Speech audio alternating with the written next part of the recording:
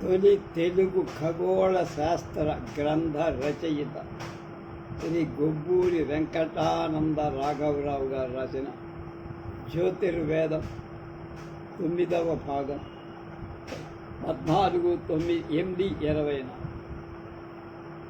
రాసులు నక్షత్రాలు అవి వేదాల్లో ఎలా ఉన్నాయి, దానికి గ్రీకులకి మనకి నేర్పారా, మనం వాళ్ళకి నేర్పాము మొదలైన విషయాలన్నీ చాలా క్షుణ్ణంగా మనం తెలుసు. ఇప్పుడు సప్త ఋషుల గురించి చెప్తాం.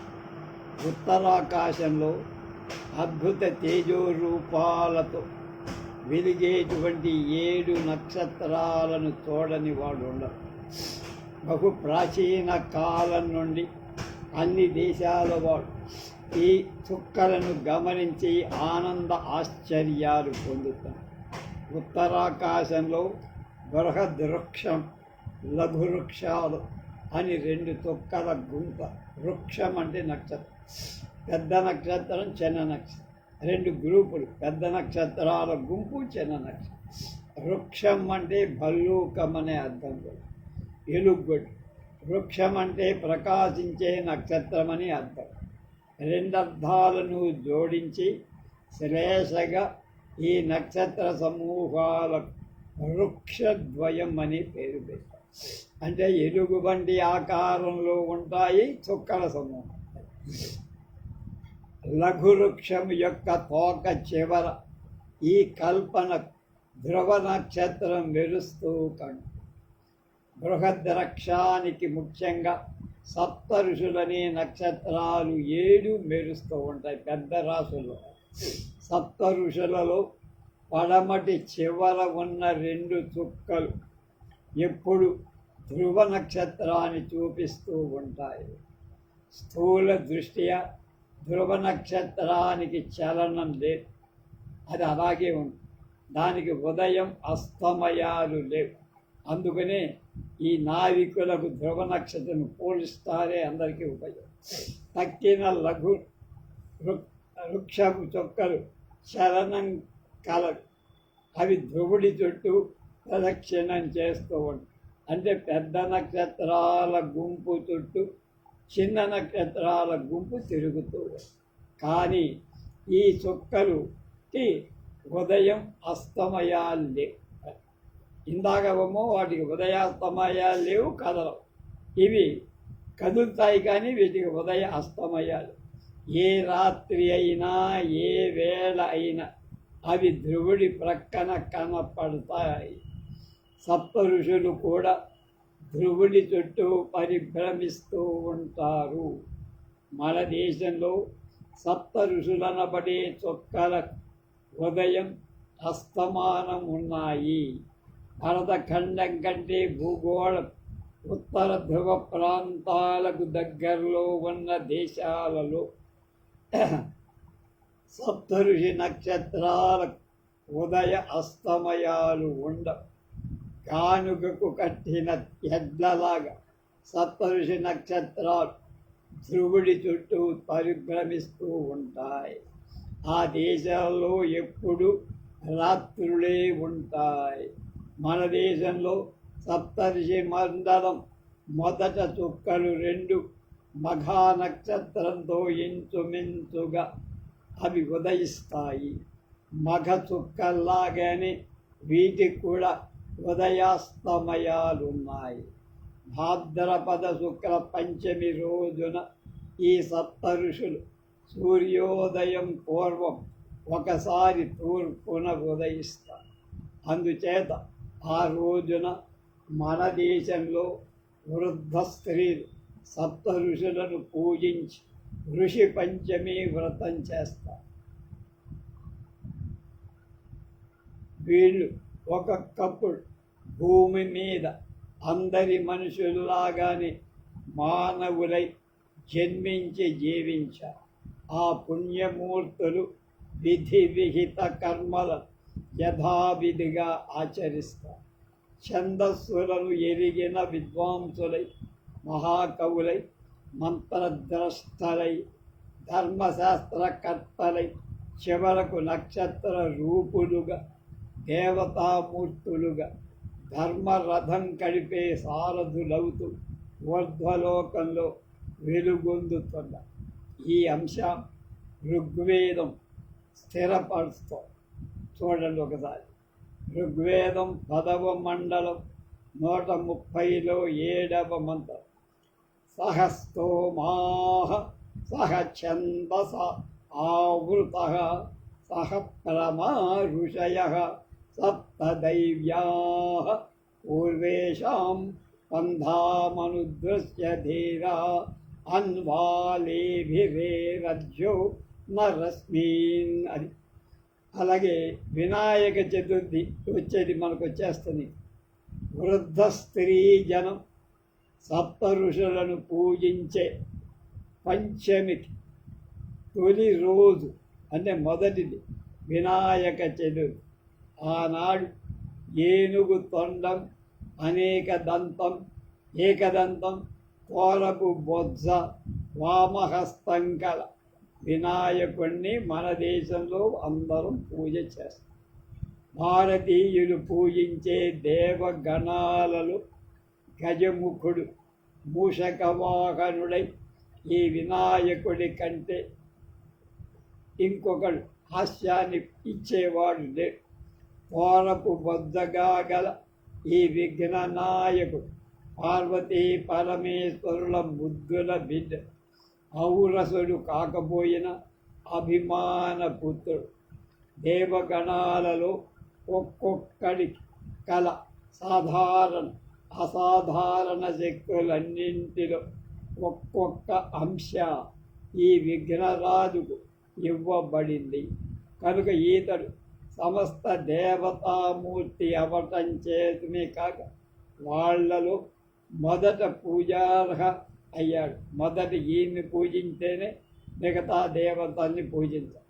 సర్వత స్మార్త శుభ అశుభ కర్మతంత్రం విఘ్నేశ్వర పూజతోనే ప్రారంభమవుతుంది. ఆ తర్వాత అగ్నిని ఆహ్వానిస్తారు, ఆయన్ని పూజిస్తారు. ఈతడు ఎక్కువగా ఎలుకతో కూడా ఈతని తొండం, బొజ్జ, గుజ్జు రూపంగా స్ఫురించే నక్షత్రాలు.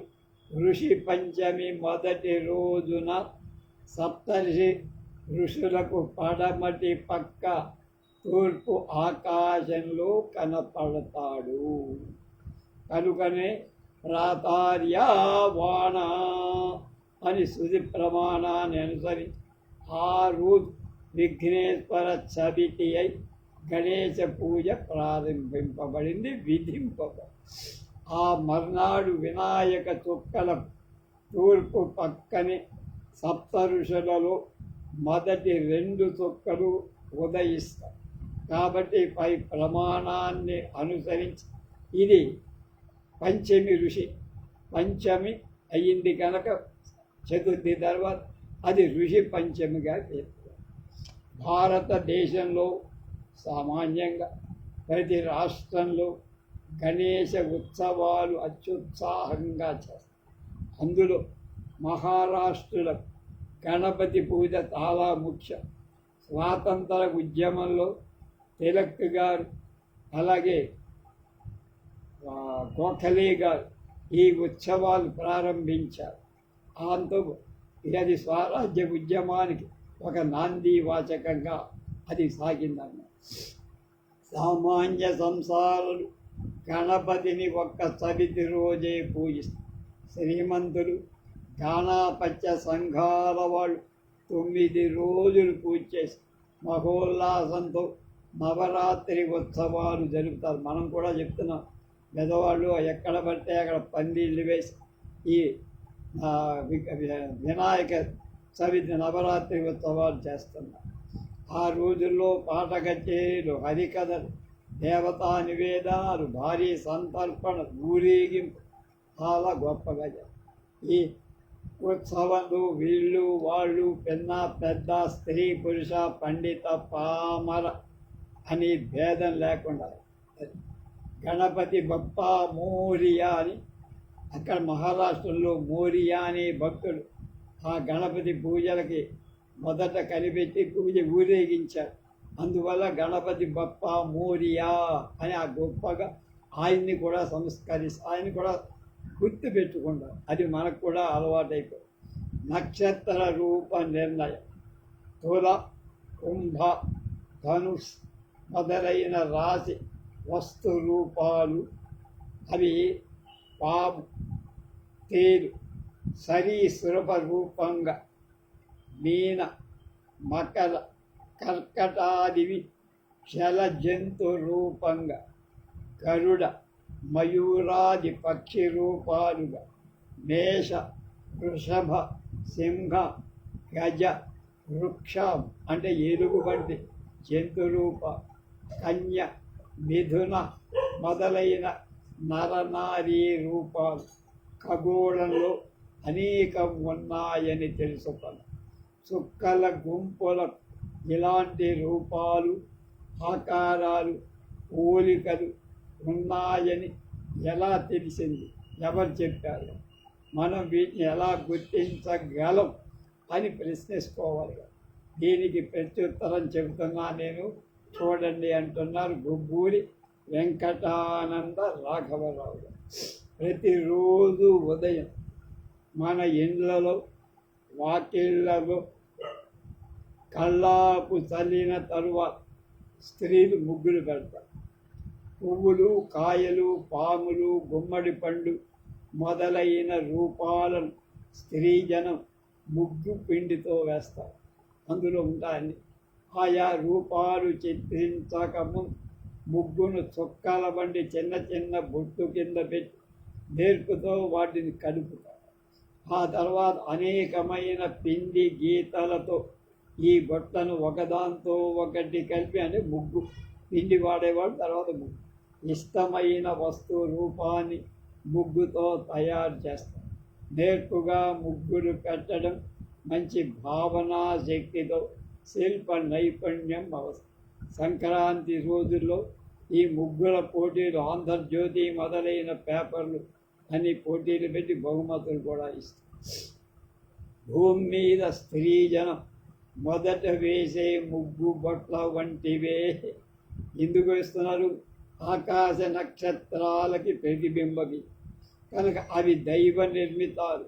ఈ చుక్కలు భూమి మీద మనం వేసే కనుక భావనాశక్తి సహాయం తీసుకొని. మయూరం అంటే నెమలి, అది షణ్ముఖుడి కుమారస్వామి వాహనం. బాణాసురుడిని ధ్వజం, బాణాసురుడికి ధ్వజం కూడా తర్వాత వస్తుందని చెప్తారు. ఆ తర్వాత మనస్సులో వాటిని ఒకదాంతో ఒకటి కలుపుకొని చూసినప్పుడు ఆ చుక్కల గుంపు మనకు పరిచయం కాగలదు.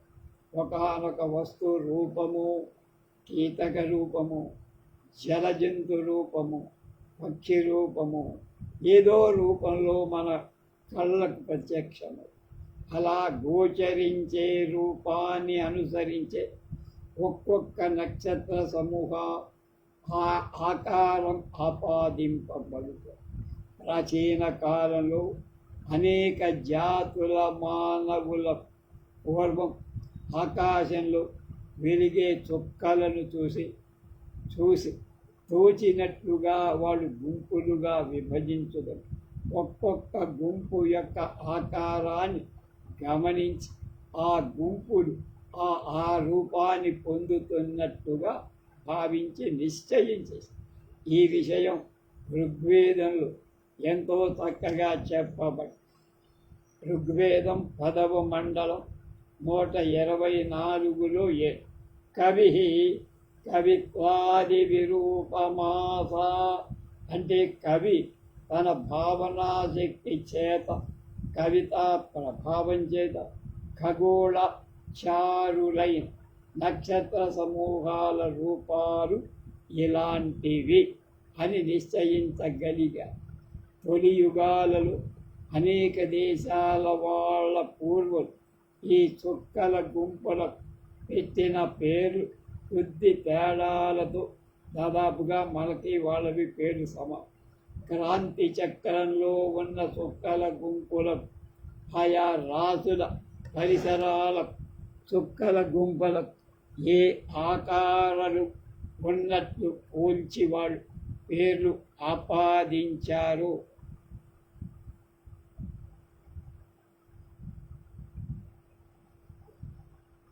ఆ వివరాలను దేశాల వారీగా, జాతుల వారీగా, శతాబ్దాల వారీగా వివరిస్తూ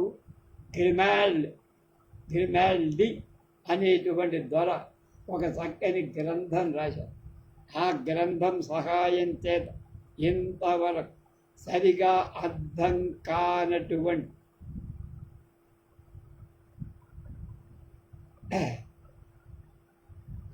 వేదమంత్రాలెన్నో చక్కగా అన్వయింపబై దానికి పూర్వం కారణం తెలియక మరుగున పడి ఉన్న మన మత సాంఘిక ఆచార వ్యవహారాదులు అనేక సులభంగా ఇప్పుడు వాళ్ళు చెప్పిన తర్వాత మన వాళ్ళు చెప్తే నమ్మరు. మత్తుడికి ఒకటి రెండు చెప్తున్నా నేను అంటున్నారు. గ్రిమాల్డి ద్వారా రచించిన ఖగోళ నక్షత్ర రూప చిత్ర పట్టికలు 31వ పేజీలో చైనా వాళ్ళ చుక్కల గుంపులు చెప్పారు. అందులో 146వ నంబర్లో ఎలుక రూపం ఒకటి చేర్చబడి, ఆ తరువాతని 147వ సంఖ్యలో ఉన్న దానిలో ఎలుక రూపం సప్త ఋషుల పక్కన చూపబడి, ఈ గ్రంథము యొక్క 143వ పేజీలో 1179వ నంబర్ ఉన్నటువంటి దానిలో ఒక రాగి రేకు మీద ఖగోళ చిత్రాలు అనేకం ఉన్నట్లుగా స్పష్టం చేశారు. అందులో ఒక పక్క నరరూపంతో ఏనుగు రూపం, ఒక నరరూపం ఏనుగు రూపం, అదే మనకి వినాయకుడి ధర్మ. అలాగే ఇంకొక పక్క, అలాగే దాని కింద కొద్ది కింద భాగంలో సింహం, కన్య ఈ రెండు ఉన్నాయి. మఘ ప్లస్ పుబ్బ ప్లస్ ఉత్తరంలో 1వ పాదం కలిస్తే సింహరాశే కదా. కనుక సప్త ఋషి మండలం మఘతో ఉదయిస్తుందని, అలాగే పక్క నరరూపంలో ఏనుగుని చిత్రించటం చేత అందు విఘ్నేశ్వర స్వరూపం కనపడుతుంది. అలా భారతీయులే కాక ఇతర దేశాల వాళ్ళు అనేకులు ఈ ఖగోళ విషయాలను గమనించి గ్రంథస్థం చేసి ఉండటం గొప్ప ఆశ్చర్యకరమైన విషయం అంటున్నారు గుబ్బూరి వెంకటానంద రాఘవరావు.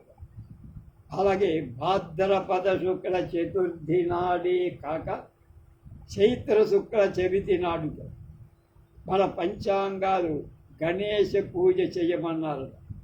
చైత్ర శుక్ల చవితి నాడు మన ప్రాతకాలంలో ఇవాళ గణేశ పూజ మనం చెయ్యటల్లా, పంచాంగ శ్రవణం చేసేటప్పుడు మాత్రం గణపతి పూజ చేస్తాం, అది అందరూ చేసేది దేవాలయాలు. కానీ అస్సాం రాష్ట్రంలో చైత్ర శుక్ల చవితి నాడే, అంటే ఉగాది మన లెక్కబడి ఇవాళకి గణేశ పూజ చేస్తున్నారట అస్సాంలో మాత్రం. భాద్రపద చవితికి మన వాళ్ళు చూపేంత ఉత్సాహం అస్సాం ప్రజలు చైత్ర శుక్ల చవితి నాడు ప్రదర్శించి మహావైభవంతో గొప్ప ఉత్సవాలు చేస్తారని ఆ ప్రాంతం కొంతకాలం భూతత్వ పరిశోధకులుగా పనిచేసిన వీరి మిత్రుడు, ఎవరి మిత్రుడు? గుబ్బూరి వెంకటానంద రాఘవరావు గారి మిత్రుడు doctor C Mahadevan MA DSc గారు నాకు చెప్పారు అని ఆయన రెఫరెన్స్ ఇస్తున్నారు.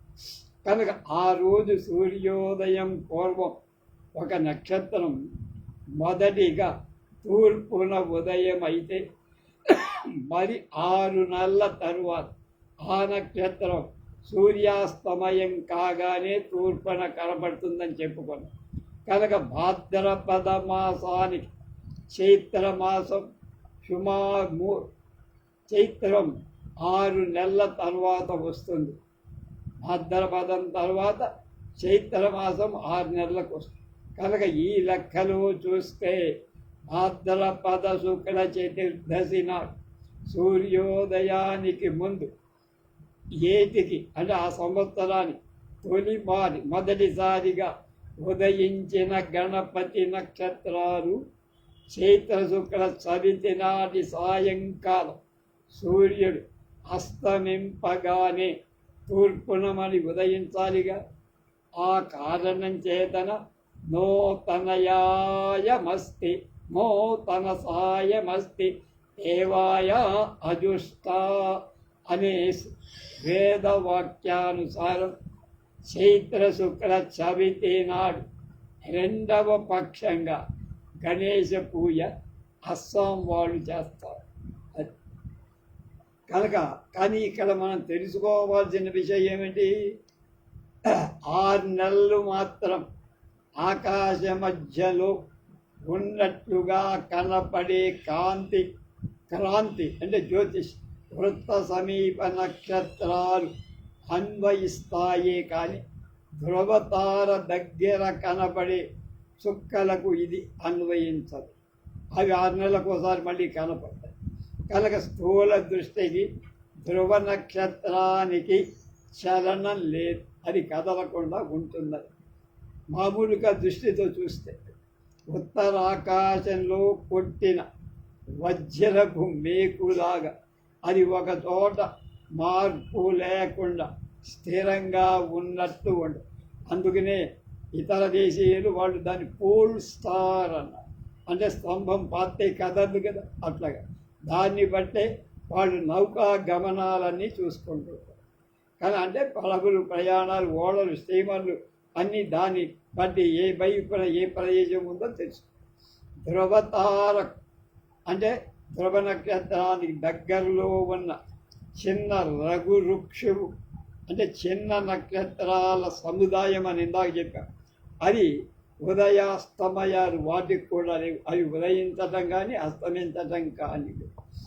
లఘు వృక్షానికి అవల పైట పరిభ్రమ అంటే తిరుగుతున్నటువంటి సప్తర్షి మండలానికి ఉదయ అస్తమయాలు కాని కలవు ఉన్నాయి కానీ తూర్పున సూర్యోదయాత్ పూర్వం ఉదయాస్తమయాల కలవు కానీ తూర్పున సూర్యోదయాత్ పూర్వం ఉదయం అయినా సూర్యాస్తమయం తరువాత తూర్పున ఉదయించటానికి 6 నెలల కాలం అక్కర్లేదట వాటికి మాత్రం.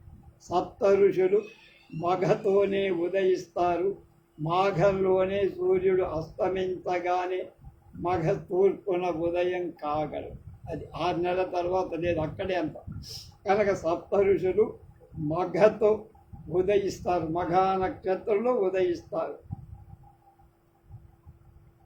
సప్త ఋషులలో పడమటి చుక్కలు అంటే నక్షత్రాలు రెండింటికి పక్కన ఉన్న విఘ్నేశ్వర నక్షత్రాలు మాఘ పున్నమికి ముందే మాఘ శుక్ల చవితి నాడు సూర్యుడు అస్తమించగానే తూర్పున ఉదయించి ప్రత్యక్షంగా కనపడతాయి. మీరు కావాలంటే చూసుకోమంటారు. ఆ కారణాన్ని బట్టే భారతదేశంలో సిద్ధాంతులు మాఘ శుక్ల చతుర్దశి నాడు విఘ్నేశ్వర పూజ నిర్ణయించారు. అందుకనే వాళ్ళు అస్సాం వాళ్ళు చేస్తారు. ఇండియన్ ఎఫిమెరీస్ అనే ఉద్గ్రంథంలో రచయితలు జ్యోతిశాస్త్రవేత్తలైన ఎల్డి స్వామి కన్నుపిల్లె మన దేశ పండగ రోజుల పట్టికలలో మాఘ శుక్ల చతుర్దశి నాడు గణేశ పూజ జరగాల్సిన రోజు అని ఆయన పేర్కొన్నారు. ఇందాక చెప్పిందంట. కనుక మన దేశంలో దేవతా పూజ, ఉత్సవాలు, పండగలు, సర్వాలు అన్నీ మొదలైనవన్నీ ఆయా రోజులలో నక్షత్ర స్థానాన్ని బట్టి నిర్ణయింపబడ్డాయి. ఏదో పుట్టిన పురాణాలు కాదు. రాజధాని మహనీయులు మంత్రద్రష్టలు అయినటువంటి వాడు చూశారు. మంత్రాలు రాయాలి, అది గుర్తుపెట్టుకో. మంత్రాలు వాళ్ళ హృదయంలో ద్యోతకమయ్యాయి. వేద ఋషులు ఖగోళాన్ని అతి సూక్ష్మంగా పరిశీలించి జ్యోతిశాస్త్ర రహస్యాలు ఎన్నో తెలుసుకొని మనం ఇదివరకే చెప్పుకున్న ఆ విషయం. 360 భాగాలు 360 భాగాలు గల సంవత్సరాత్మకమైన ఒక చక్రం ఉంది. చాంద్రమాన సౌరమాన సంవత్సర సమన్వయ క్రమం తురీయమని యంత్ర సాయంతో గ్రహణాలు పరీక్ష చేయడం పూర్వం చేశారని కిందటి దారు వాటితో చెబుతారు. అలాగే ఆకాశంలో చిరుతలై తోచేటువంటి చిన్నగా కనపడేటువంటి నక్షత్రాలు నిజంగా బ్రహ్మాండ సూర్యుల సత్యగ్రహణం, సూర్యుల కంటే వేల రెట్లు ఎక్కువైనటువంటి సైజు ప్రకాశం కల నక్షత్రాల పరిమాణ భేదాలు, ఆకాశ గంగా పాలవెల్లను చేరి ఉన్న పాలవెల్లి వివరాలు, దీహార ప్రాకృతాలైన నెబ్యుల ఉండేటువంటి చుక్క మబ్బులు క్రమ పరిమాణాన్ని పొందుతూ భిన్న రూపాలతో గోళాలు, భువనాల విజ్ఞానం, దేవతల నక్షత్రాలతో ఉన్న సంబంధం, అలాగే ఎదుటి చుక్కల పరస్పర విరోధాలు, ఒక చుక్క ఉదయిస్తే రెండో చుక్క అస్తమించడం, ఇవన్నీ కూడా పరిసర నక్షత్ర సమూహాలు, ఆ ఉదయించే చుక్కకి పక్కన అస్తమించే చుక్కకి పక్కన ఉండే నక్షత్ర సముదాయం, ఆ నక్షత్రాలు ఏ దేవతా రూపాలుగా ఉన్నాయో, అలాగే వాటి ధ్వజం జెండా ఏమిటో, ఆ దేవతలకి వాహనం ఏమిటో, ధ్వజం ఏదో ఏదైతే ఉంటుందో వాహనం కూడా అలా ఇవన్నీ మనం ఘాటి, రాశి చక్రం, అజరం, అమరం అనే పేరు కాక యోగ తారలను, రాశి చుక్కలనే కాక వాటి ప్రక్కన రంగులుగా ఉండే చుక్కల యొక్క రూప విశేష విజ్ఞానం, ధ్రువ బ్రహ్మర్షి గణేశ తారల వివరాలు. ఇప్పుడు ఒక్కొక్క నక్షత్ర దేవత సూర్యోదయాత్తు పూర్వం అంటే ముందు తూర్పున మొదట పొడవడం, ఆయా దేవతలకు ఆయా రోజుల్లో పూజలు, పండగలు, ఇవన్నీ దాన్ని బట్టే ఉత్సవాలు నిర్ణయించే విధానం. రెండవ పక్షంలో ఆ చుక్కలు సూర్య అస్తమయం తరువాత తూర్పున మళ్ళీ పొడవటానికి 6 నెలల సమయం పట్టడం, అప్పుడు ఆయా దేవతల పూజల ఏర్పాట్లు, ఇటువంటివన్నీ కూడా జ్యోతిర్విషయాలుగా దీర్ఘదర్శులైనటువంటి మన మహర్షులు వాళ్ళు మనోనేత్రాలతో దర్శించి మనకు అనుగ్రహించిన అద్భుతమైన విజ్ఞాన సంపద ఇది. ఈ విషయాలన్నిటికంటే మహత్తరమైన విషయం ఒకటి ఉందంటున్నారు రాఘవ గారు. అది విశ్వ సమస్య, యూనివర్స్. ఈ విశాలత్వం ఎక్కడి నుండి ప్రాదుర్భావమై మహాద్భుతమైన సృష్టి క్రమం ఎలా నడుస్తోంది, దీన్ని ఎవరైనా నడుపుతున్నారా? ఆ నడిపే పరాత్పరుడు ఎక్కడుంటారు? చివరికి ఇదంతా ఎక్కడికి పోతుంది? ఏమో ఈ విశ్వానికి ప్రధానంగా ఒక సెంటర్ ఆఫ్ గ్రావిటీ అంటాం. సెంటర్ ఉందా? వృత్తంగా ఉంటే సెంటర్ ఉండాలని చెప్పాను. ఉందా? ఈ విశ్వకర్త దాన్ని భరించే హర్తకు దాన్ని నాశనం చేసే, లయం చేసేవాడి వాళ్ళకి ఎక్కడైనా వాళ్ళ కొలువు ఉండే అంటే వాళ్ళు ఉండటానికి ఎక్కడైనా స్థానాలు ఉన్నాయా? ఉంటే ఆ రాజధాని, వాళ్ళ రాజధానులు ఎక్కడున్నాయి? ఈ విశ్వం యొక్క దినచర్య, యుగచర్య ఎవడి సంకల్పంలో జరుగుతాయి, ఎవడి ఆజ్ఞ ప్రకారం, ఎవడి ఆనతి ప్రకారం క్రమం తప్పకుండా మనం నిద్రపోతున్నా, మేలుకున్నా మనకి సంబంధం లేకుండా సూర్యుడు ఉదయిస్తూనే ఉంటాడు, అస్తమిస్తాడు, చంద్రుడు ఉదయిస్తాడు, గ్రహాలు వస్తాయి, పోతాయి. అవి మనకే సంబంధంలో నిర్ణీత పరిధిలో వాటి తిరగాల్సిన మార్గాల్లో ఎక్కడ ఒక నూలు పోగులో కోటో వంతు కూడా తొలగకుండా మార్గాన్ని వదలకుండా అదే కక్షలో తిరగడం. ఇదంతా ఎంత తమాషాగా ఉందో. కనుక భ్రమ, పరిభ్రమ మొదలైన విశేష గమనశీలాలై గ్రహ, ఉపగ్రహ, గ్రహ కణ, గోళ, మహాగోళాలు స్థూల, సూక్ష్మ, గంభీర, ప్రచండ, ఉద్దండ, వేగాలు ఎలా కలుగుతాయి. ఒక్కొక్క గ్రహం ఆయన స్పీడ్గా పోతుంది, ఒక గ్రహం మందంగా పోతుంది. శని చాలా మందుడనే పేరు, మందంగా పోతుంది. చిత్ర విచిత్ర గతులలో ఆయా ముఖాలలో అనేక దారుల్లో పోయి విభిన్న జగద్ వస్తు శక్తుల ఒకే ఒక సూత్రంగా నడిపే ఆ పరాత్పరుడి దివ్య పీఠం దేవతా చక్రవర్తి నిజ నివాసం ఎక్కడ ఉంది అని ఒక ప్రశ్న ప్రతివాడికి కలగటం సహజం.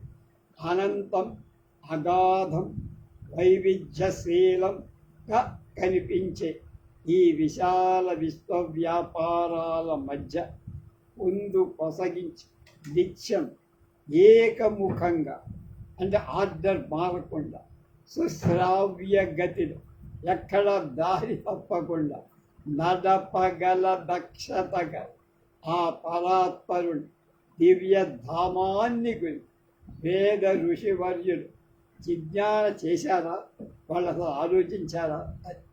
విశ్వానికి మూలం ఇదని, గణనానికి అంటే లెక్కలకు అతీతమైన గోళాలకన్నిటికీ అసలు దుంప ఇక్కడే ఉందని అది నిరూపించి ప్రేరితో తూపగల పరిశోధన సామర్థ్యం మన పూర్వ మహర్షులకి ఉందా? అసలు వాళ్ళు చూశారా? అది మహోన్నతమైన వైభవాదుల ఉనికి పట్టిది సమస్త మహత్వాల స్థానం ఇది.